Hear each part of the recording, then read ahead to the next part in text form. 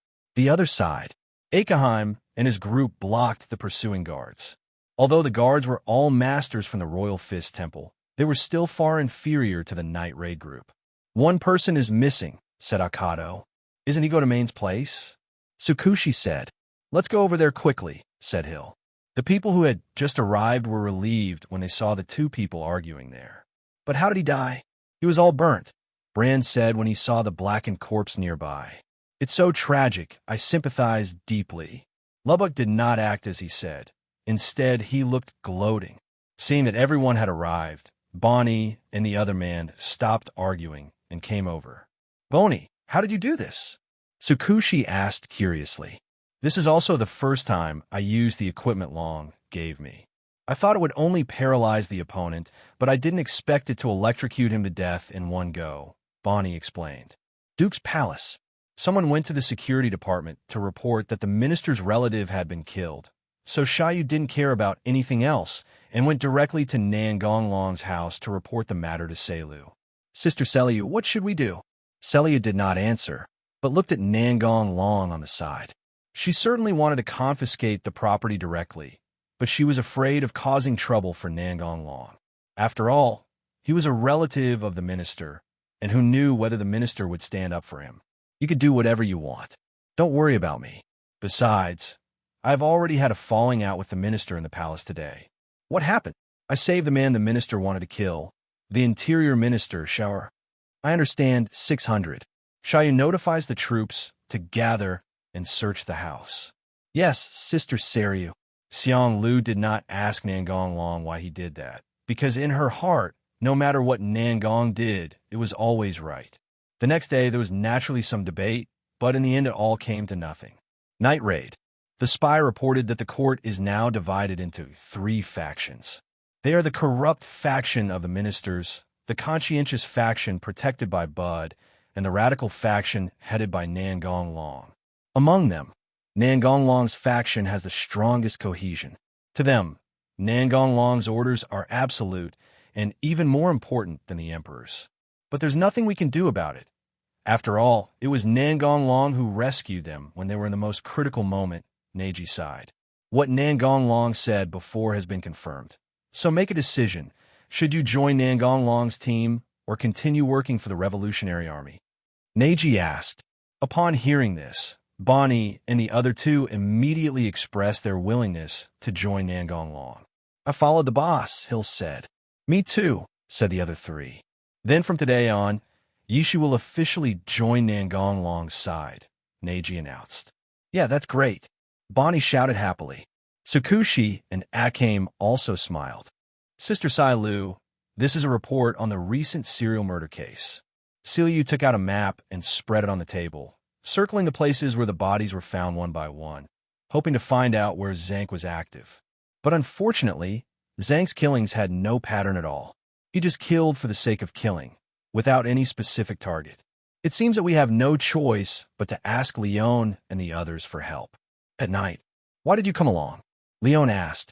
"I am somewhat interested in Zank's Imperial weapon." "Oh, there are many things that interest you. Do you have any strange abilities?" Leon asked curiously. At this time, Nangong Long received a message from Shadow Demon. "I found Zank. You stay here and wait for me. I will kill him. I'll go with you." "No," Nangong Long refused. "Oh, okay then," Leon said a little depressed. "I'll tell you why later." Nangong Long rushed to where Zank was at full speed. "Finally I met someone. So happy," Zank laughed. "It's painful. Let me help you." "Stop talking big." Zank could no longer control his desire to kill, and rushed towards Nangong Long, waving his arm knife. Nangong Long stood there motionless, as if he didn't see the opponent's attack.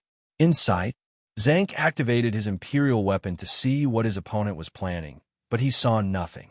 "I have entered the state of no self, but it is useless." Future vision. Unfortunately, the results still did not change.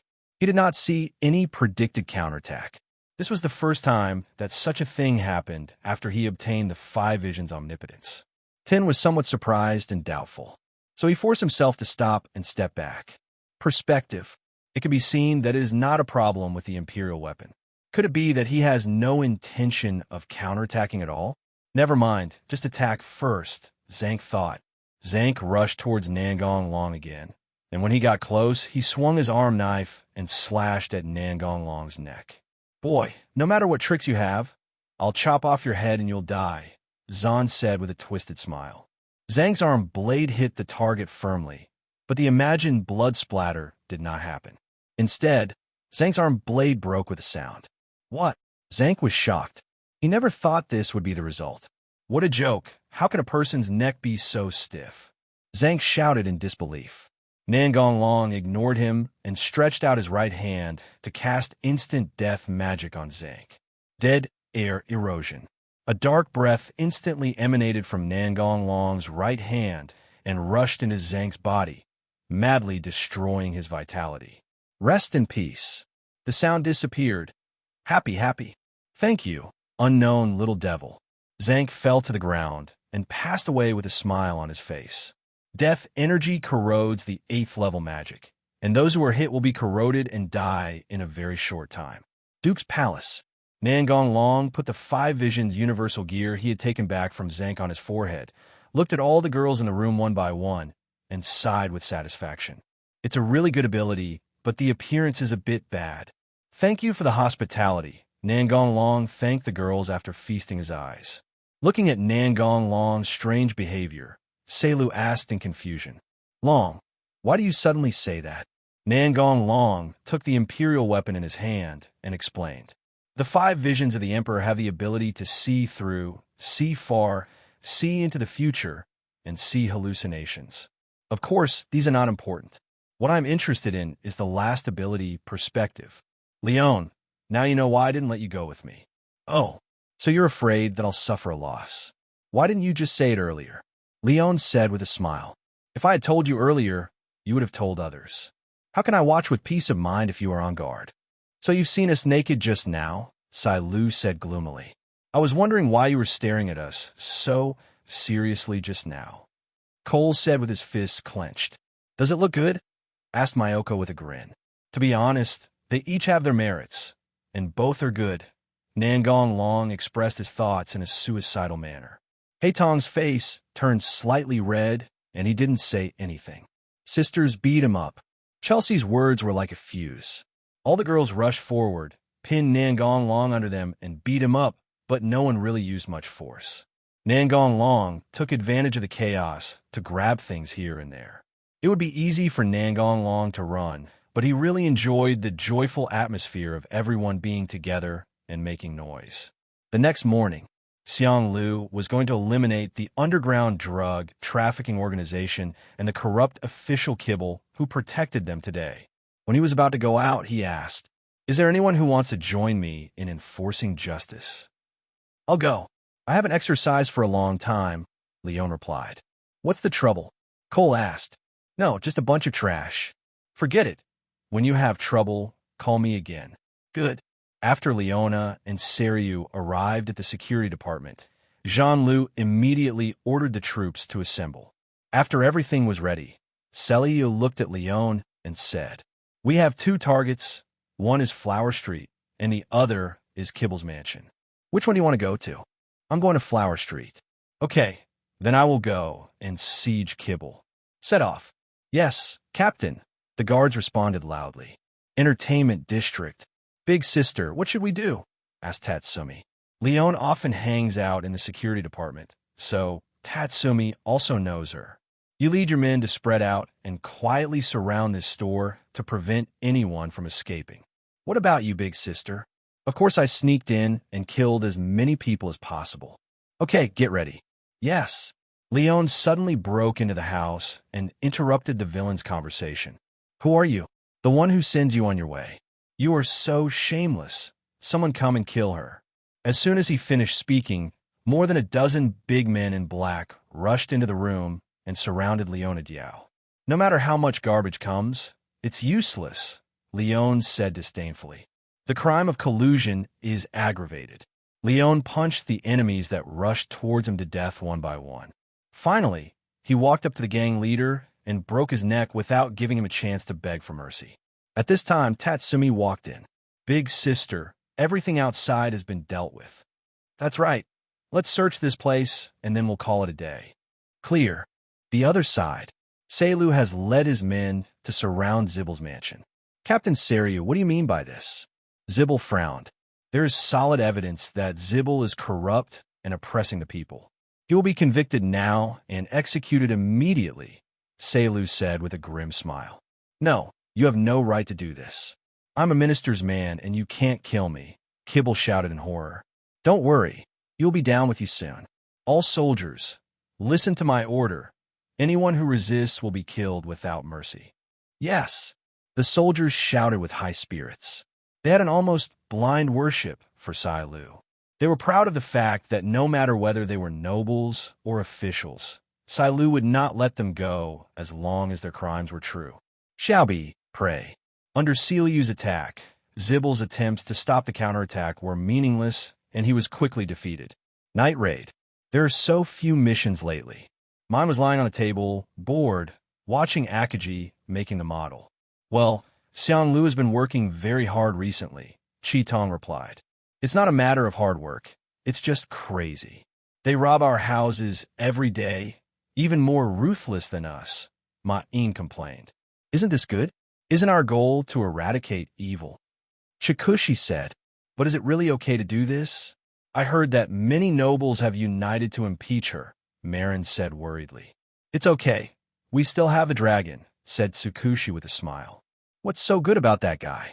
You all trust him so much. Marin didn't quite understand. You'll understand it after you get more exposure, Qitong interrupted. I think he's a good guy, Hill said. Hill, when did you get deceived by him? Main shouted. Cheat? What do you mean? Nangong Long has come here occasionally recently, so his relationship with Hill has improved a lot. Imperial Capital.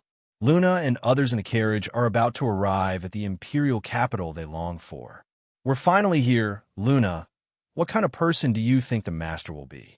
Ayer said, maybe he's a lecherous old man. If that's the case, let's kill him and run away, Farce said with a smile. As soon as they got off the carriage, the 3 of them saw a blond young man smiling and greeting them. See, hello. From today on, I am your master. My name is Buck. Come this way. Buck took Luna and the other 2 to the largest commercial street in the Imperial Capital. They had never seen such a prosperous city before and were immediately excited. Hey, this is the Imperial Capital, Ayer said with emotion. Our village only has a hotel and a prop shop. Nothing else, said Far. Why don't you take this opportunity to have a good look around and pick out some clothes you like? I'll pay for them, Buck said gently. Really? Is it really possible? Ayer asked excitedly. Of course, as my servant. You can't dress too rustically, Buck explained. Then the 3 of them ran excitedly to choose clothes. After all, They were sold by their parents because their families were poor, so they rarely had such opportunities.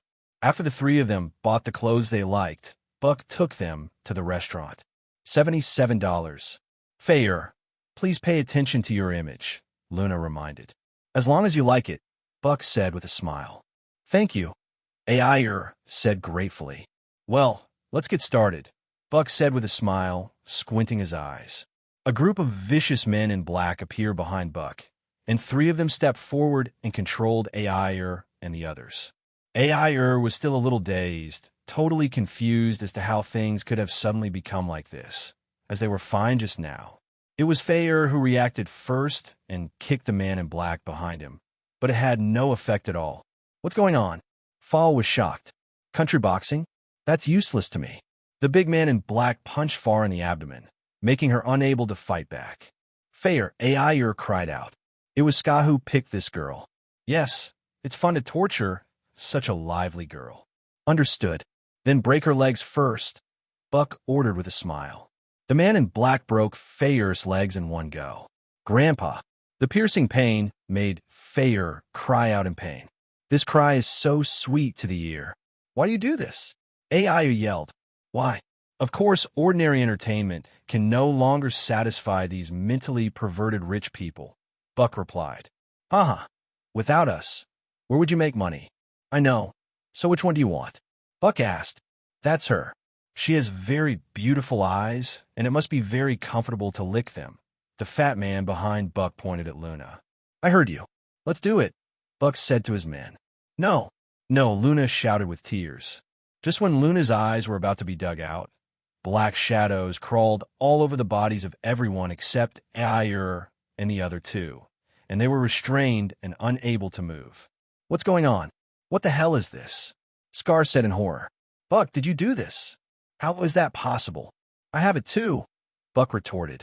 Although I don't know what happened, Luna thought thankfully that her eyes were saved. I was in a good mood, but you bastards ruined it all. Nangong Long, who had just come out of the palace, originally planned to go to the commercial street to buy some gift to take back to the girls at home, but he didn't expect to see this scene as soon as he arrived.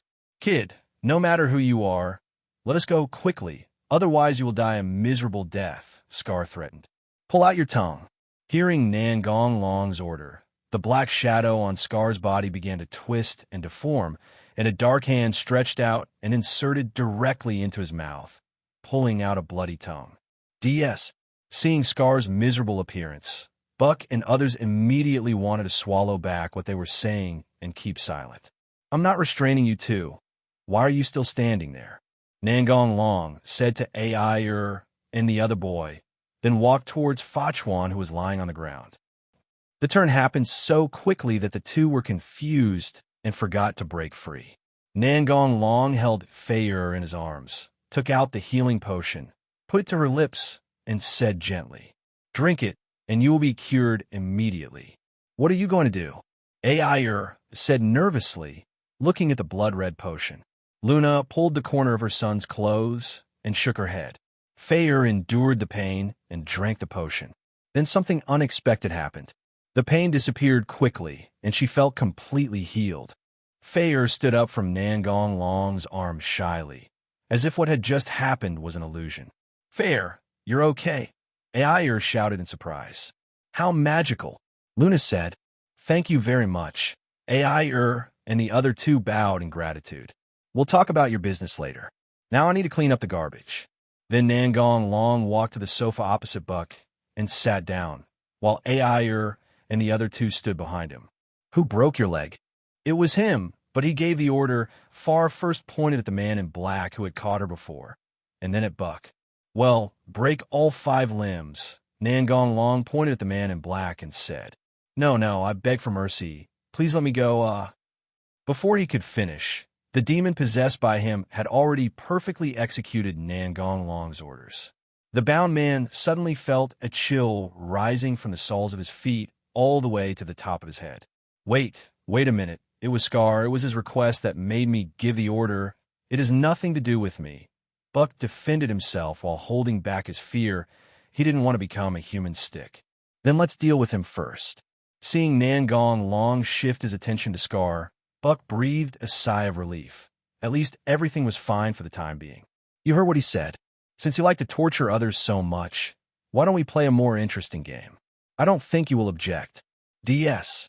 Without a tongue, Scar could only shake his head desperately, and was so scared that tears and snot came out. Look how happy you are. Don't be in a hurry to start right away, Nangong Long said with a smile.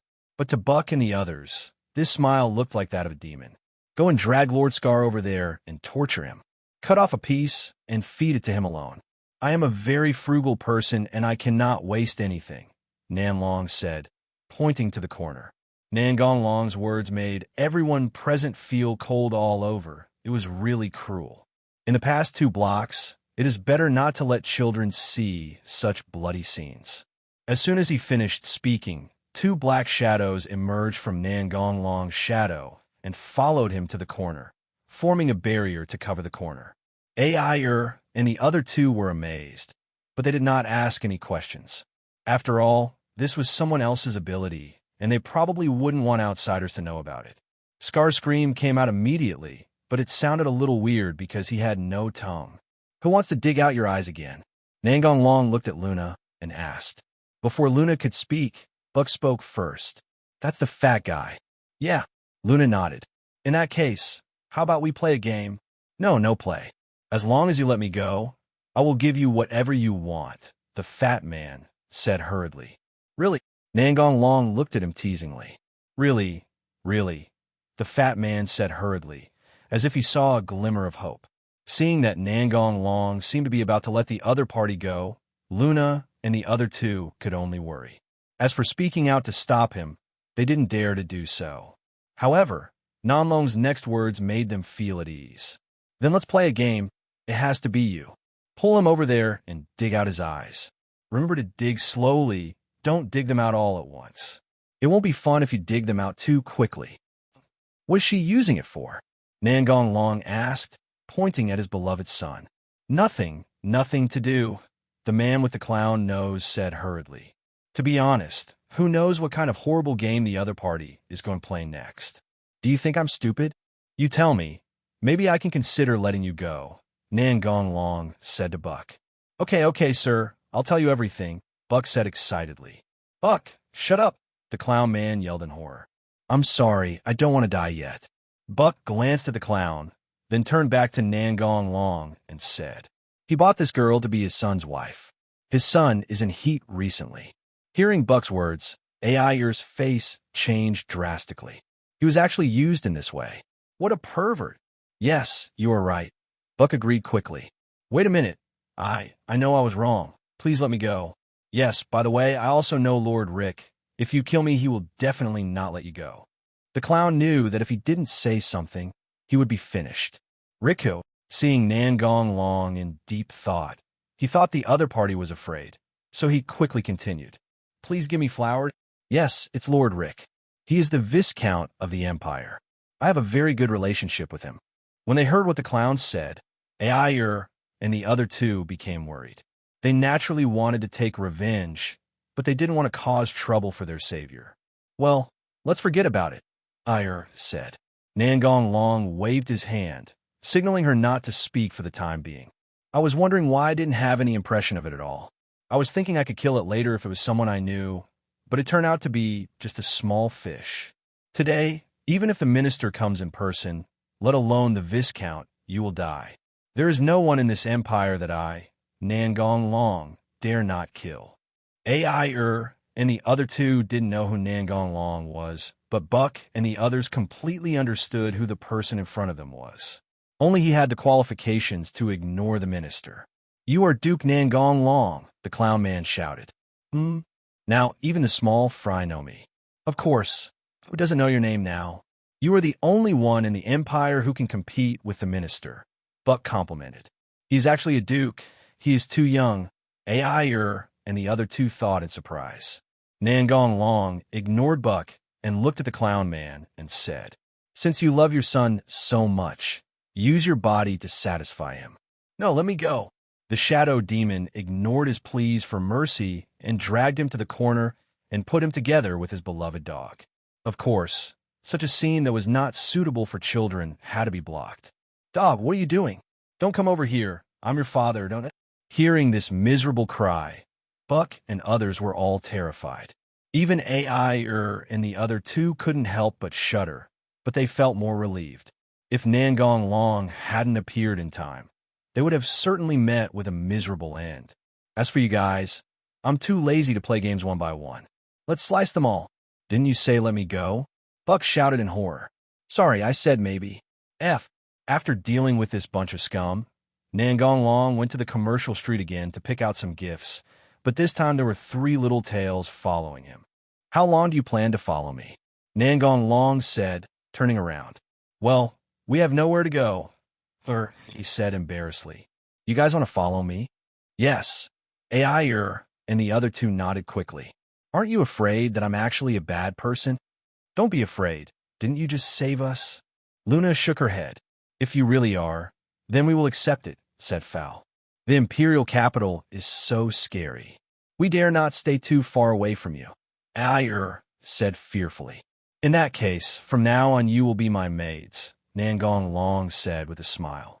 "Yes, master," AI and the other two said happily. "I plan to buy some gifts to take home.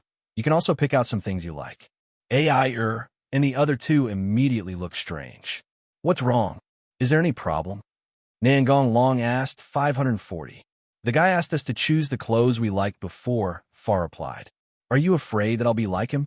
"No, it just feels a little weird," Luna replied. "Go shopping and try not to think about those things." Considering Fayer and the other 3, Nangong Long planned to go to the clothing store first, and then go to the dessert shop to buy some desserts to take back. "Master, are all people in the Imperial capital like that?" AI couldn't help but ask. "Most of the powerful and wealthy are like this. There are not many people in the Imperial capital who still stick to their conscience." Why would you do that?" Luna asked in disbelief. "The long-term corrupt and decadent life has made ordinary entertainment unable to satisfy them, so they will look for more exciting things to do, such as killing their own kind. This is too much. Is there no one punishing them?" Far said angrily. "The people at the top of the national power are rotten to the core. Who is going to take care of them? How could this happen?" AI said dejectedly. "Now I understand that the Imperial capital is not as beautiful as you imagined. You don't have to be so disappointed. The situation is getting better now. Captain Selu of the Imperial Capital Guard is cleaning out termites like the ones just now. However, the darkness of the Imperial capital did not come about overnight. It cannot be completely eliminated in a short period of time." "What kind of person is she?" Far asked. "A stubborn girl who sticks to the justice in her heart," Nangong Long said with a smile. "We're here. Let's go in and pick out some clothes," Nangong Long said as he looked at the shop in front of him. As soon as Nangong Long came in, the shop owner couldn't help but sigh. It's no wonder that the Duke always brings a different girl with him every time. The dazzling array of clothes in front of them made AI and the other two temporarily forget the unpleasantness just now, and they devoted themselves wholeheartedly to the enthusiasm of choosing clothes. Nangong Long was also choosing, but he was choosing a maid outfit. Which one do you think I should have?" Fayer asked, holding 2 pieces of clothing in her hands. "This one, but I want this one too," Fayer said with a conflicted look on her face as she looked at another piece of clothing. "If you like them, just buy them all," Nangong Long said as he looked at the 2 people who were still discussing. "Is it possible?" Fayer asked with surprise. "Well, the same goes for you too. If you like them, just buy a few more," Nangong Long nodded. "Thanks." Seeing that the 3 had almost finished their shopping, Nangong Long handed them the maid outfits he had chosen. "Try it on. It should fit you well." AI and the other 2 were a little surprised. They thought Nangong Long would have maid outfits at home, but they didn't expect that they had to buy them out of the box. Otherwise, they would have chosen them themselves. But on second thought, it seems better to let Nangong Long choose. After all, they're going to wear them for their master to see. AI and the other 2 took the maid outfits and walked into the changing room. Soon 3 cute little maids appeared. "So cute, not bad. It turns out that cute maids are what men pursue," Nangong Long said with a smile. Hearing the master's praise, AI and the other two blushed slightly. Okay, change your clothes and let's go. No need, I'll just wear it, Far spoke first. Me too, Ayer said shyly. It is our responsibility as maids to please our master, Luna said with a blushing face. Apparently, they also noticed that Nangong Long seemed to like them wearing maid outfits. After leaving the clothing store, Nangong Long led them to their original destination, the dessert shop. So, who are the people in that master's family? Is there anything we need to pay special attention to? Ayer asked. Yes, it would be bad if we made mistakes due to lack of understanding, Na agreed. Don't worry, my family is very nice and won't make things difficult for you. Hearing this, Ayer and the other two breathed a sigh of relief. Duke's Palace. Ayer and the other two were shocked when they came to the Duke's mansion for the first time. It was really so extravagant. They had never seen many of the things there before. Cosmea, who was sitting in the courtyard, looked at the trio behind Nangong Long and asked, Who are they? Oh, they will be the maids of the Duke's mansion in the future. Are you alone at home? Nangong Long asked. No, Chelsea is here too. The others have gone to help Saryu, leaving the two of us at home waiting for you. Is that so? Let's go back to the house and talk about the three of them. Seeing Nangong Long coming back with three girls, Chelsea, who was sitting in the living room, said unhappily, I was wondering why you came back so late. Turns out you went out to pick up girls. Seeing that the other parties seemed to have misunderstood something, Ayer hurriedly said, No, it's not what you think. In fact, the master saved us from the evil people. Save? And call you master? What's going on? Chelsea asked. Here's what happened. After I came out of the palace today, after listening to Nangong Long's story, Chelsea and Cosmea were extremely angry. Well done. No matter how cruel you are to such a scumbag, it's never too much, Chelsea said fiercely. I never thought that despite Celia's crazy actions, there are still people committing crimes against the wind, said Cosmea. It's not easy to eradicate the darkness in the imperial capital, said Nangong Long. Now, there are three lovely maids named 1 and 2. Isn't your master particularly happy? Chelsea suddenly changed the subject and said to Nangong Long, Really, master? Chelsea called in a coquettish voice. Long, if you like, I can do it too. Master, is it okay? Cosmea shouted at Nangong Long. It's a huge pressure, Far said quietly. What? Ayer didn't understand. Of course there are too many competitors, Luna replied in a low voice. Competition? Ayer looked puzzled. Let's form a team, Far suggested. Okay, Luna nodded. Hey, let me join too, Ayer said hurriedly. Although she didn't quite understand, she joined first. Esdeath, who has returned to the imperial capital, is on her way to Nangong Long's home. Dragon, I'm back. Welcome home. Esdeath walked straight to Nangong Long and sat in his arms. I miss you so much. I miss you as well. I'm staying here tonight. The minister intends for me to take action against the night raid. And you, it seems that you are very hated, said Esdeath with a smile. There's nothing I can do. I've been against him recently, Nangong Long said casually while touching Esdeath's hair. The minister knew that Esdeath and Nangong Long had a good relationship, but he didn't know that they were already together. In the minister's mind, Esdeath was a war maniac who liked chaos. Even if she had a good relationship with Nangong Long, she would not give up her hobbies for him. That's why the minister let Esdeath deal with Nangong Long. What are you going to do? Do you want me to kill the minister? No. Don't look at the minister's behavior. He has an imperial tool on his head, and his ability is to destroy other imperial tools. It's so well hidden, I didn't even know it, but you don't think I can't beat him like this, do you? How could that be? I fully trust your ability. I have my own plans. I'll take you to meet old friends. Ooh, Nad shouldn't. Everything is almost ready. It's time to get started. Really? The war is finally coming. I've been looking forward to it for a long time, Esdeath said with an excited smile. Portal. Nangong Long brought Esdeath to the night raid base. Since Nage had been informed before, all the members of the night raid had already gathered in the meeting hall waiting for his arrival. Long time no see. I didn't expect that we would meet in this way, said Esdeath. Yeah, I always thought we would be enemies when we met again, but I didn't expect we would become companions, Nage sighed. What do the Revolutionary Armies say? Not long ago, Nangong Long asked Neji to return to the Revolutionary Army headquarters to test them to see how many of them were willing to be loyal to him and how many of them planned to resist. The Revolutionary Army didn't know that Neji had already defected to Nangong Long, and they just thought that Nangong Long wanted her to transfer him. As expected, few people were willing to do so. They also asked me to tell you that cooperation is possible, but loyalty is impossible, Nage sighed. Hearing this, Nangong Long frowned and looked a little conflicted, but it only lasted for a short time before he relaxed. I didn't want to do this. Since you are unwilling to be loyal, just kill them all, Nangong Long said calmly.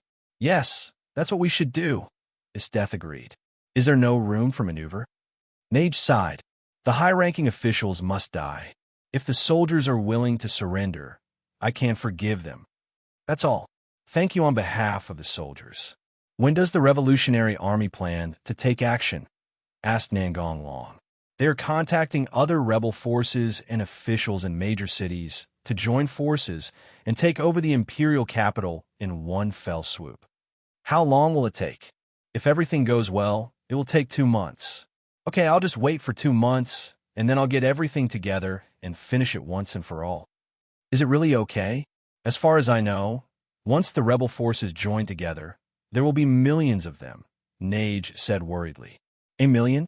That's awesome, Esdeath said happily.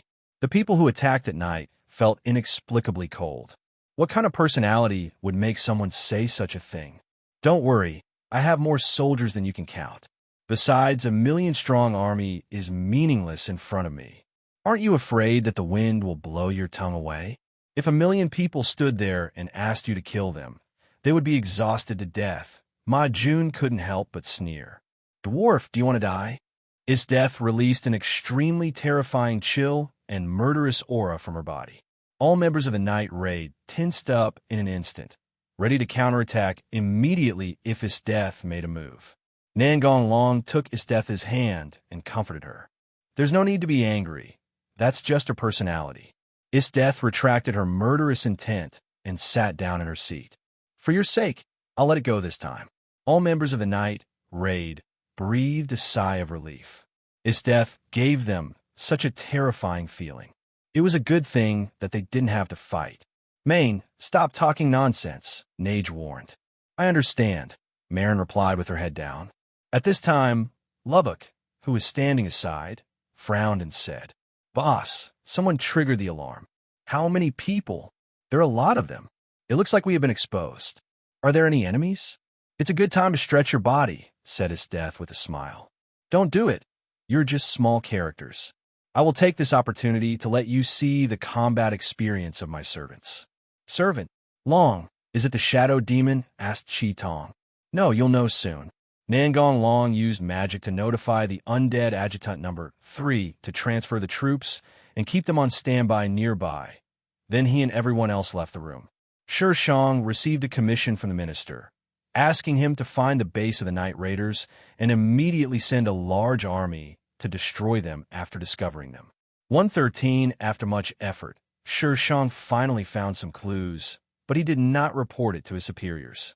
Instead, he planned to attack alone and capture the people who made the night raid as his experimental materials. Oh, the Duke and General Esdeath are here too. What a surprise, Shi Shang said in surprise. You're very brave for not running away when you saw me, Esdeath said with a smile. Even you can't defeat so many of my masterpieces. Just rely on this bunch of trash, Esdeath said disdainfully. Do you think you have a lot of people? Today I will let you see what the Sea of the Dead is, Nangong Long said with an evil smile. Come out, my undead army. 317-1071. Through the moonlight, one can clearly see that countless black shadows appear from all directions and surround them, with no end in sight. What the hell is this? Is it a new dangerous species? Shi Shang said in horror. There were simply too many of them, and their aura was evil. The people who attacked at night were stunned. They never thought that Nangong Long's servants would be like this. "Greetings, Your Excellency," said Sage of the Rule of Death number 3 respectfully. "Well, you completed your mission very well. This is what I should do. I have something to present to you, sir. May I present it to you?" Number 3 asked. Sage number 3 sent people to move an ominous throne made entirely of bones to Nangong Long. "Please take a seat, sir. This is made from various super dangerous species that I collected. Unfortunately, there are no better materials. I hope you don't mind." The people who were on night raid were shocked enough when they saw number 3, and they couldn't help but be amazed when they heard him say that. He didn't even look down on super dangerous species. He really had high standards. What good taste? Esdeath smiled. "I really don't understand why my subordinates are so keen on the bone throne, but since it is my subordinates' intention, I can't refuse it. This design really fits my extremely evil attribute. Thank you for the hard work. I am very satisfied. It is my honor." Nangong Long turned around and sat on the throne, then hooked his finger at Esdeath. After being together for so long, Esdeath naturally understood what he meant and took the initiative to come to him and sit sideways in his arms. Tsukushi pouted in dissatisfaction. Bonnie also widened her eyes. Akame seemed to be unconcerned, but her eyes that occasionally glanced at Nangong Long betrayed her true thoughts. "Come over and cooperate with us," Nangong Long said with a smile as he looked at the girls. "What?" Tsukushi asked unhappily, but still came to his side as he said, and the other girls did the same. "I'm jealous, but don't worry. I won't abandon you," Nangong Long said with a smile. "I didn't," Tsukushi retorted with a blushing face. Seeing Nangong Long asking the other girls to pose around the throne of bones, Esdeath asked in confusion, "What are you trying to do? Long, is this right?" Hill interrupted. "Yeah, very good." Hearing this, Hill smiled and said, "There's something I can help with again." "That's great." I'm just creating a villain atmosphere. How about the effect? It's pretty good, right?" Nangong Long replied with a smile. What an unexpected answer. As for Brand and Lubbock, they could only stand aside. Nangong Long felt that as a big devil, he should be surrounded by a bunch of girls, and it would be too inappropriate to let 2 men in. Nangong Long rested his right hand on the armrest of the throne with his chin, and held Esdeath in his left hand. There were girls all around him, and for a moment he looked like a villain. "I've left you guys alone for so long. Let's get started." "Yes, sir," Sage number 3 replied respectfully. "Mr. Fashion, what should we do?" "Go ahead, don't be afraid. I'm right beside you." After hearing Shi Shang's words, the reformed soldiers rushed forward fearlessly as if they were injected with chicken blood. The situation was not good, but luckily these idiots just needed some encouragement and rushed forward desperately, looking for a chance to self-destruct, and then they took the opportunity to escape anyway. There were as many experimental subjects as they wanted. Although the transformed soldiers charged desperately, they were unable to shake the Death Knight in the slightest. Seeing this, Fashion shouted, "Spread the raid out. Don't concentrate together." "Master Fashion, but we are doomed if we do this. I have my own way. How can I let my treasure die? Don't you believe me?" "No, of course we believe in Lord Fashion." The transformed soldiers looked at the god in their hearts with enthusiasm. Shi Shang just felt that the distance was too close, and if he self-destructed, he would definitely hurt himself. Otherwise, he would not bother to say these things. "What is this? They actually set fire," the modified soldier shouted. Compared to the life and death situation on the Fashion side, Nangong Long's side is much more relaxed. "Long, please introduce other types of soldiers to me," said Esdeath. 17. Brand and the others also pricked up their ears and listened carefully. They were also very curious, but felt that asking rashly might make Nangong Long unhappy. So they endured the pain and asked. Chitong and the others thought that Nangong Long would naturally say what he wanted to say, so they did not speak. What's more, what they were concerned about at the moment was not Nangong Long's servants, but Esdeath, who is an absolute enemy to women. The one with sharp claws is the Ripper, and the one with screws all over his body is the Frankenstein. These two types of undead have high attack and weak defense, just the opposite of the Death Knight. The one in the back wearing a robe and shooting fireballs is the Archmage of the Dead. He has a high attack, but is slow and has poor defense. Nangong Long snapped his fingers, and several figures flew over from the sky. This is a bone dragon. I personally think it's more appropriate to add a pseudo-minister in front of it. Why? Bonnie asked curiously. After all, it's not made of real dragon bones. It's just a bunch of miscellaneous bones put together. Among these undead, the Death Knight is the most suitable for group combat. Why? Tsukushi asked. Oh, what's going on? When the transformed soldiers saw their dead companions crawling up again and attacking their own people, they were suddenly filled with fear. Seeing this situation, everyone in the night raid narrowed their eyes in surprise. This is why. The Death Knight can turn those he kills into follower zombies, and those killed by the followers will become followers of the next level. Do you understand what I mean? If we leave it alone, will it grow rapidly like a snowball? Mage said in fear. That's right, and a large number of undead gathered together will give birth to stronger undead. What a dangerous creature, Bran exclaimed. This is one of the inherent abilities of the Death Knight. Huh, I haven't seen him use any other abilities, Esdeath asked puzzledly. Believe it or not, even if you attack with all your strength, you can't kill him in one go. Esdeath responded quickly. Is this another ability? Well, no matter how powerful the blow is, he will only be seriously injured but not killed immediately. To kill him, at least Nono needs 2 fatal wounds, so it is best to use it as a shield. What a perverted ability, Marin complained. At this moment, the body of the fighting transformed engineer suddenly swelled up and changed. What happened? Why is this happening? Fashionable adult. All the transformed soldiers in the battle exploded, and Shishang took the opportunity to inject the drug into his body and turned into a huge humanoid dangerous species. He swallowed the few survivors around him into his body and became even bigger and rushed towards Nangong Long and others. There are no endless undead in the direction of Nangong Long, so Shishang chose this direction to make a breakthrough. Unfortunately, he thought too much. There were also undead legions behind Nangong Long, but it was dark and far away, so he couldn't see them. You think you're not dying fast enough? Nangong Long said with a smile. Do you want me to take action? No, your task now is to stay in my arms, Nangong Long said with a wicked smile. Everyone was speechless during the night attack. There's a time to show affection. If the other person looks strong, deal with him, her first, and then show off. Chikushi and Bonnie gritted their teeth. Go to hell, Your Excellency the Duke. Fashion roared. Transforming into a dangerous species gave him great confidence. Nangong Long pointed a finger at him. Hellfire. I saw a wisp of black and red flame floating towards Fashion. It's useless. What can such a small flame do to me? Shishang mocked the wind. Something unexpected happened.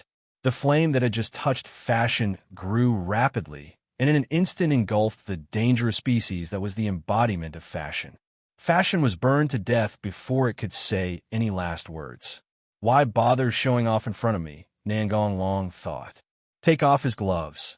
Nangong Long ordered a great wizard of the dead. Just now, Nangong Long controlled his power to prevent the Imperial weapon from being destroyed. Now that the matter here has been resolved, I will go back first. These soldiers are left to you. Number 3467 will explain it to you in detail later, Nangong Long said to Neji. Good. See you next time then. Nangong Long said goodbye to Chi Tong and others. Portal. 3 days later. Long, the minister asked me to kill the people of the Conscience faction, but I found an excuse to refuse. I think he might send someone else, said Esdeath. That's right. He is not someone who gives up easily. Judging from the current situation, the most likely target he will send out is the 4 Rakshasa ghosts. What are you going to do? I have nothing to do anyway, so I might as well kill time by causing trouble for the minister. I'm not really interested in saving people, so I won't participate. There are quite a few undead creatures that have been created at the northern border, as well as some rare and dangerous species that have been captured. If you're interested, I can send you there to take a look. It's a pretty good way to kill time, Esdeath said with a smile. Nangong Long sent Esdeath to the northern border as instructed, but agreed to pick her up in the evening.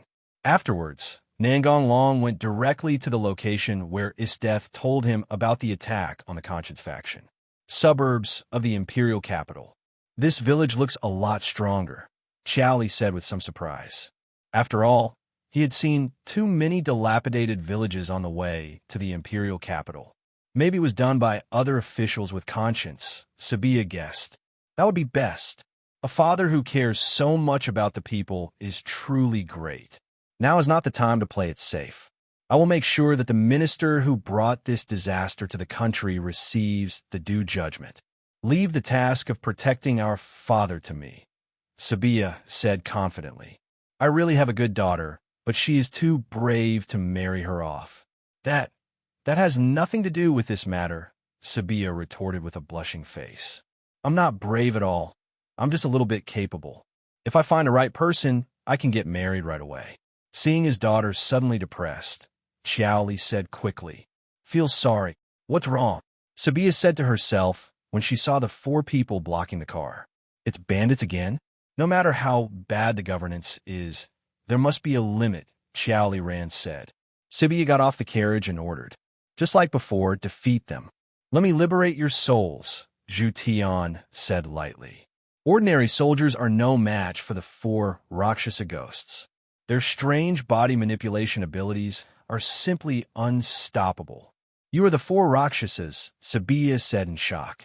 As she had once studied spearmanship at the Royal Fist Temple, she had naturally heard rumors about the 4 Rakshasa ghosts, but this was the first time she had seen them in their true form. Little girl, judging from your marksmanship, you must be from the Royal Fist Temple, Zhu Tian said. Your shooting skills are great. What a pity, said Ji. Why would you do this? Sabia asked. It's very simple. It's because your father offended the minister, Ling Lu replied. Hearing what the other party said, Sabia's heart suddenly sank. She couldn't even defeat one of the 4 Rakshasa ghosts, let alone all 4 of them together. It's just you and your father left. I'm coming to liberate you. Zhu Tian instantly accelerated and came in front of Sabia, intending to kill her with one blow. Sabia had been injured in the previous fight, and she was completely unable to dodge this attack. Am I going to die? I haven't even gotten married yet. Sabia closed her eyes in despair. Uncle, how about you give them some face and let them go? The voice in her ear made Sabia open her eyes again. The scene before her eyes made her unable to believe her eyes. A boy who looked younger than her actually blocked the opponent's attack with one hand. Zhu Tian stepped back quickly, apparently recognizing the person. Does Duke Nangong have to intervene in this matter? Zhu Tian asked. Of course, making the minister unhappy is also one of my pleasures. Duke? So young, Sabia was surprised. Go and see your father. Leave this to me. Thank you. Please be careful, they're very strong. Thanks for the reminder. Sabia walked back to the carriage and helped her father down from it. It was pointless to face the 4 Rakshasa ghosts with the carriage, so it was better to get off directly. Long time no see, Ma Tu, Nangong Long greeted. Have we met before? Ma Tu asked doubtfully. When I attacked Oborg, weren't you and Linglu watching from outside? Don't say you forgot. Ah, so it was you who discovered it at that time, Ma Tu said with sudden realization. Sabia, who was standing behind Nangong Long, was asking her father about Nangong Long, but it was obvious that her father didn't know much. After all, he had been in seclusion for many years. If the Duke insists on intervening, we will have no choice but to offend him, said Zhu Tian. I have to say this is a good opportunity. I didn't notice there were other people around, Ji said with a smile. You don't know my strength. The minister has said that the Duke is an Imperial weapon user, but so what? It's not like we haven't killed anyone before with the Imperial weapon. Ji said, the ones controlling the Imperial tools are just ordinary humans, so they must have weaknesses, Ma Tu said to himself, clenching his fists. The 4 Rakshasa ghosts dispersed and attacked Nangong Long from different directions.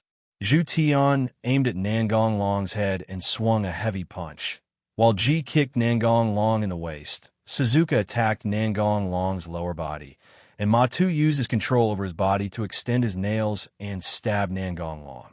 Be careful, Sabia shouted in horror. She didn't think anyone could survive the combined attack of the 4 Rakshasa ghosts. But the next scene overturned her entire worldview. Nangong Long did not choose to dodge, but to fight hard. This doesn't feel right, Zhu Tian said in shock.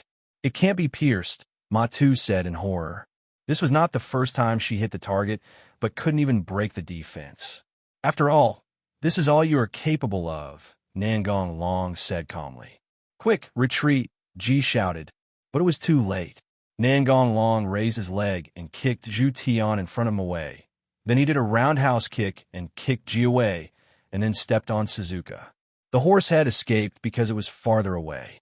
Nangong Long's speed was so fast that the people present could not see clearly what happened. 2 of the 4 Rakshasa ghosts were seriously injured, and 1 was captured. Sabia looked at Nangong Long with stars in her eyes, like a little fangirl. Ahem, the opponent's strength is unimaginable. The mission failed. We have to find a way to retreat, Zhu Tian said with difficulty after he barely stood up. He go, but they have to be willing to let us go. Otherwise, how can we escape? We are completely doomed this time, Ji said with a wry smile. He's so strong without using any Imperial weapon, said Ma Tu. I didn't say I was going to kill you. Don't be so nervous, Nangong Long shrugged. What's the reason? We are the minister's private executioners. You have no reason to let us go, Zhu Tian said. Would you consider working for me? Your position as minister is about to be over. You don't have to answer me immediately. Tell me your decision next time we meet, Nangong Long said with a smile. I see. Thank you for your kindness, Duke. We will consider it, Zhu Tian said seriously. Then he turned around and left with his companions. Seeing the enemy leave, Sibi helped his father walk to Nangong Long. I am the former Minister Jolly, and this is my daughter Sibia. Thank you, Your Excellency the Duke, for saving my life, Jolly said gratefully. Thank you, Sabia blushed. Seeing his daughter like this, how could Xiaoli not know what she was thinking? However, he couldn't help her in this matter, so he could only leave it to her on her own. I am the Duke of Nangong Long Empire. Minister Jolly, you shouldn't have come back at this time. The Empire is becoming increasingly chaotic. No, that's why I have to come back. I can't just watch the Empire fall, Jolly said excitedly. Forget it. Let's get on the carriage and go into the city first. Since the person driving the carriage was dead, Nangong Long had to use magic to steer the carriage forward, which surprised Sabia. I have heard before that there is a duke in the court who can compete with ministers and protect many officials with conscience, but I didn't expect him to be so young. It is true that heroes emerge from youth, Jolie exclaimed. So he is so powerful, Sabia thought. Request flowers 0. Minister Jolly, thank you for your praise. I'm just telling the truth. I wonder what the Duke thinks about the current situation of the Empire, asked Jolie. As the sun sets in the west, the building will collapse. Is there no room for redemption? Jolly said unwillingly. Ministers have been in power for too long, and local officials have oppressed the people at will and acted lawlessly.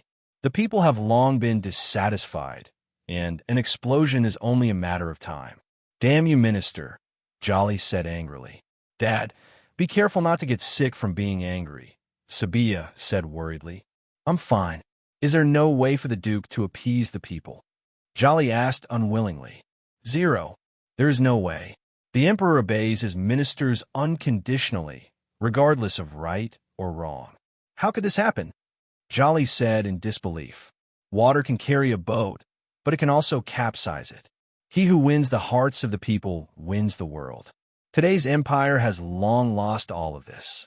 Water can carry a boat, but can also capsize it. Capsize it, capsize it. Jolly kept repeating this, and finally could only sigh helplessly. No matter what, I still have to do something for the Empire. Then I won't say much. Does Minister Jolly have a place to live? I have a mansion in the Imperial capital. The Duke can just send me there. Nangong Long drove the carriage to the place where Xiaoli said, Since you two have arrived home, it's time for me to leave too. Why don't you come in and sit down? I haven't thanked you properly yet, Sibi Ching asked. No, there are people waiting for me at home. A woman? It's better not to ask first, Sabia thought. Okay then, Sabia said dejectedly. You can come find me if you have time. I live not far from here. The largest mansion you see along this street is my home. Okay, I will definitely go, Sebai said happily.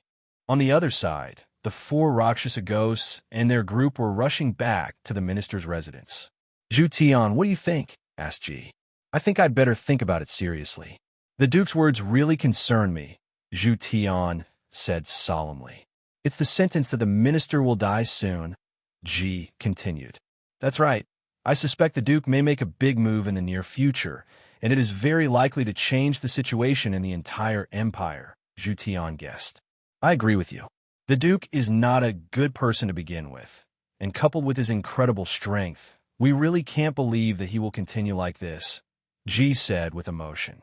Generation 957, I heard that Esdeath has a very good relationship with Nangong Long and has been living his house recently. Ma Tu interrupted. Indeed, General Esdeath hasn't been listening to the ministers much recently, Zhu Tian said. Think about it carefully. We never know when we will fight again. If you don't give a satisfactory answer then, you will definitely die, Zhu Tian continued. I guess I will surrender. After all, I don't want to die while I can still live. It is obvious that the Duke's side is stronger than the ministers now, said the horsehead. What Ma Tu said is right. The Duke has more than one Imperial weapon user under his command, and the whereabouts of the assassination troops who defected to him are unknown.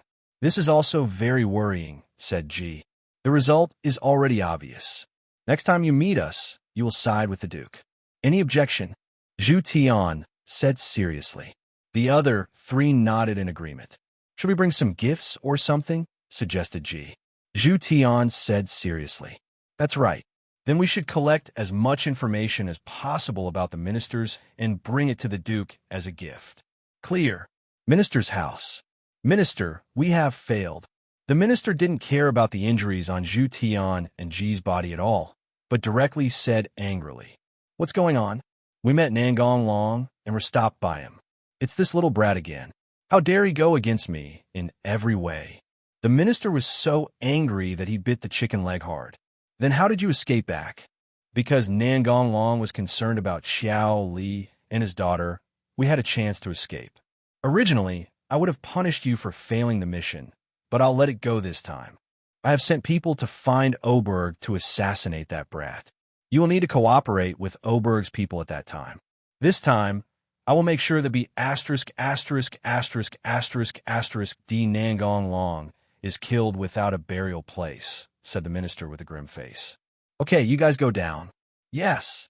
If the minister knew that Oberg had defected to Nangong Long, his expression would definitely change. After leaving the minister's residence, Ji said, The meeting gift is here. Yeah, the horsehead nodded.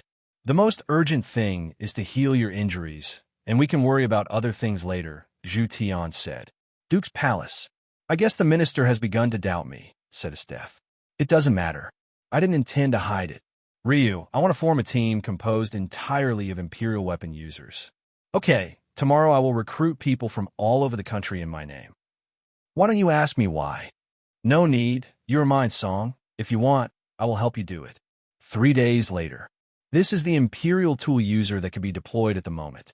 Nangong Long handed the document in his hand to Esdeath. Kuroto and Leona are also planning to join. What do you think? Welcome, but there are really few people transferred here. There is no way for now. People with status are unwilling to come. But when I ascend to the throne, I will forcibly take back the Imperial weapon, and then I will select the right person. Aren't you afraid that they will rebel against you? Esdeath teased. Do you think I'm scared? Of course not. I'm going to see my new subordinates. Do you want to come with me? No. Remember to bring black them. Special police conference room. We have arrived at the meeting place smoothly. The next step is to greet our new colleagues. Believe in yourself. Well, it will be fine. Encouraging himself, Will pushed open the door in front of him. Hello. I am from the Imperial Navy. Seeing a scary-looking man sitting in the conference room, Will stop talking and immediately close the door again. What's going on? Am I in the wrong place? In order to confirm whether he had come to the wrong place, Will took out the call again. That's right, it's here. That means the people inside are my future colleagues. No way, Will thought in shock. Will calm down and open the door again. In short, he didn't want to disturb him. He walked over quietly and sat down. Perfect. Will thought as he sat on the chair successfully. After a while, the door was opened again and a blond young man walked in. Will was so moved that he almost cried. Finally, a normal person came. Hello, I am Will from the Imperial Navy. Hello, I'm Lon. It looks like everyone isn't here yet. Esdeath and her group were on their way to the meeting room. Sister AI, what are you going to do by summoning the Imperial weapon users? Hey Tong asked. The war in the Imperial capital is about to begin, so the more manpower the better. Moreover, Long is planning to expand his territory, which will also require a lot of manpower. Let's just make some preparations in advance. You still care about him a lot, Leon said. Aren't you? Esdeath asked teasingly. Meeting room. From today on, I will be your new boss, said Esdeath, who was sitting at the top seat. Let's introduce each other and have a welcome party later. Yes. A few days later, an unknown dangerous humanoid species suddenly appeared near Meng and attacked the villagers everywhere. How was the investigation? According to the existing information, it is speculated that a person named Fashion released the experimental subject, and his whereabouts are currently unknown, Lon replied. Don't look for him, he's dead. The general knows him, just a guy who overestimates his own abilities. What else are we talking about? Asked Nangong Long, who had just arrived at the garden. Adult Duke, Lon Xingli wrote. We are all family, just be casual. Yes. Long, why are you here? I heard from Saryu that you guys are investigating some dangerous species recently. I came to take a look. Well, we were talking about this. Lon found out that it was Shi Shang's experimental subject that escaped, but Shi Shang has been killed by you. It must have been done by someone else. It should be Shila who is back. No one else would do this except him. The minister's son? I've never met him and don't know much about him, said Esdeath. He has a very bad personality and treats everyone as his toys. The only person he respects is his father, but at the same time he is very afraid of him. His goal is to surpass the minister. In short, he is a guy who doesn't take human life seriously. Oh, and he is also quite lustful. Hearing Nangong Long say this, Lon clenched her fists and tried to suppress her anger. It was because of the existence of such guys that the children had to encounter such things. I hate them so much. Sooner or later, I will kill them all and avenge the children. When it comes to lust, you are the same, my dear Duke, Esdeath teased. I'm different from him. I never force anyone. Your murderous intent is almost solidified, Nangong Long said, looking back at Lon. Sorry, it brings back some bad memories. Those dead children. This, the Duke already knows about it. Lon asked in surprise. Well, I checked your past before transferring you here. How could I assign someone with bad intentions to Esdeath? I know you might be unhappy, but I'm not angry. I would do the same if I were in your shoes, Lon said. What? Are you still not confident about my strength? Of course not, but your strength and my concern for you are two different things. Esdeath smiled happily when she heard the person she loved say this. Lon, since you said so, I won't say anything more. I have received news that the murderer who killed your student will arrive in the Imperial capital soon. What? Please, Duke, tell me the whereabouts of the murderer, Lon said excitedly. He had waited for this moment for too long. I won't stop you from taking revenge, but you'll have to wait for a while. What? I don't know his exact location. I only know that he was recruited by Shala and will soon go to the Imperial City with other recruited people. Who did Sheila look for? Esdeath asked. All of them are Imperial tool users, 5 in total per day. It seems that he is quite ambitious, Esdeath said with a smile. I don't care what his ambitions are. I only know that I will soon get 6 Imperial instruments, Nangong Long said with a smile. It looks like he's going to be in big trouble. No, he won't be unlucky, because I will send him straight to hell. Lon, do you want to do it yourself, or should I help you? Nangong asked. I want to take revenge myself. Please tell me the murderer's appearance, Your Excellency. It's easy to recognize. It's a fat guy dressed as a clown. Thank you, Your Excellency the Duke, for your help. Then I will take my leave and not disturb the Duke and the General. After getting information about his enemy, he planned to go back and make careful plans to ensure the safety of Wan Yi. Let's go out for a walk. I'm somewhat interested in new dangerous species, said Esdeath. Good. After reaching the courtyard, Nangong Long called Tyrant, sat on its back, and flew to the outskirts of the imperial capital. Well, land on the top of that mountain, Nangong Long ordered. Is there anything on the top of the mountain? Esdeath asked. There are several dangerous humanoid species. As soon as Tyrant landed, several dangerous creatures with ferocious looks rushed towards her madly. Roar! After all, Tyrant is a super dangerous species. How could she tolerate a few weaklings provoking her? She would just crush them with a few claws. I didn't expect to meet them here, and the rumors about Nangong Long taming Tyrant turn out to be true, Sheila, who was hiding in the stone store, thought in surprise. Nangong Long came down and pointed at the broken body and said, This is a new type of dangerous species from fashion research, but it's almost gone. Selu and the others have cleared out a lot of them in the past few days. It's nothing, just so weak. Boo, come out. Esdeath suddenly turned around and said, I didn't expect to be discovered, said Sheila indifferently as she walked out from behind the stone in a cloak. The guy who hides his head and shows his tail. Esdeath condensed an ice cone and prepared to kill the rat who disturbed her date. At this moment, a magic circle suddenly appeared under their feet and surrounded the two of them. In an instant, they disappeared. I'll give you a big gift, Scylla said with a proud smile. Roar! Seeing her master disappear, Tyrant went mad and rushed toward Sheila. Oh no, this big guy is still here. Let's retreat first. Sheila quickly activated the Imperial weapon and left the top of the mountain. He had no interest in fighting with Tyrant. Seeing the enemy suddenly disappear, Tyrant became even more crazy and could only destroy the top of the mountain to vent her anger. It was not until Nangong Long told Tyrant through magic that he was fine that Tyrant flew back to the Duke's mansion. Where is this? Esdeath said as she looked at the scenery in front of her. It doesn't matter. I think the environment here is nice. I'll just treat it as a vacation. Nangong Long knew how to use magic to block space and prevent teleportation, but he thought the environment of this island was good and perfect for a date, so he didn't stop it. That's right. You can go back whenever you want. So let's start our happy date, said Esdeath with a smile. A huge, dangerous humanoid appeared from the other side of the island and walked towards Nangong Long and the others. How dare you interrupt my date? This is unforgivable. A large number of ice cones appeared around Esdeath, shooting towards the dangerous humanoid like thousands of arrows. Although the dangerous species was shot like a hedgehog, it did not suffer any substantial damage and was still able to move freely. Nangong Long held back Esdeath, who was about to rush forward to attack, and pointed his finger. Black hole. A small dark hole appeared out of nowhere in front of the dangerous species, and then the dangerous species began to twist and squeeze inward with the black hole as the center, as if it had been ravaged by some huge force, and finally disappeared completely without a trace, as if it had never appeared.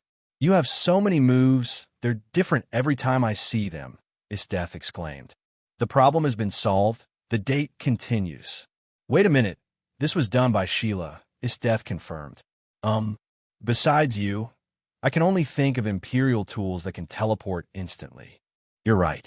Sheila possesses the space-type Imperial weapon Shangri-La, which allows him to move through space using preset coordinates. If he wants to escape, few people will be able to stop him. It's a bit troublesome, but it's okay. At worst, I can use my ultimate move to freeze time. You must have a better way to deal with him, right? Yes. Of course, I can seal off the space, and then his Imperial weapon will be useless. Then why didn't you use it just now? I just want to see what tricks he has. If there is any problem, I could transfer it back. I have nothing more to say. Let's go on a date, Esdeath said with a slightly blushing face. Chancellery. Sheila returns home after escaping Tyrant's attack. Sheila, what did you gain from this trip? Of course, I found 5 powerful men, and they will come to the Imperial capital in a few days, Sheila said with a smile. Good job. We are short of manpower recently. It would be great if you could find some talented people. What happened? That brat Nangong Long is against me in everything, and Esdeath is not as obedient as before. She always finds various reasons to refuse recent orders. I suspect she may have rebelled. There are so many troubles that I can't eat and have lost a lot of weight, said the minister while eating meat. I just met them. I used my Imperial weapon to send them to an isolated island on the border. I was planning to open a passage back after a while. But now, Father, do you think we should let them back? Sheila asked. No, I want to take this opportunity to clean up those who oppose me. Good. Duke's Palace. After spending almost a day on the isolated island, the two returned home. As soon as they entered the house, they were surrounded by Sai Lu and others and kept asking questions. Where have you been? Why is there no one around? Cole asked. X. When Nangong Long was thinking about what to say, Esdeath beside him had already spoken. We went to a beautiful island for a date for the whole day. In an instant, dozens of pairs of eyes stared at Nangong Long. Not good, murderous intent. Is that so? There's a reason for this, let me tell you. Huh? Why do I suddenly feel so cold? Asterisk. The girl's jealousy level has reached an unprecedented level. Finally, Nangong Long managed to calm the girls down with great effort and promised to take them to the island next time. The next day, Nangong Long went to the palace and showed his face to demonstrate his presence.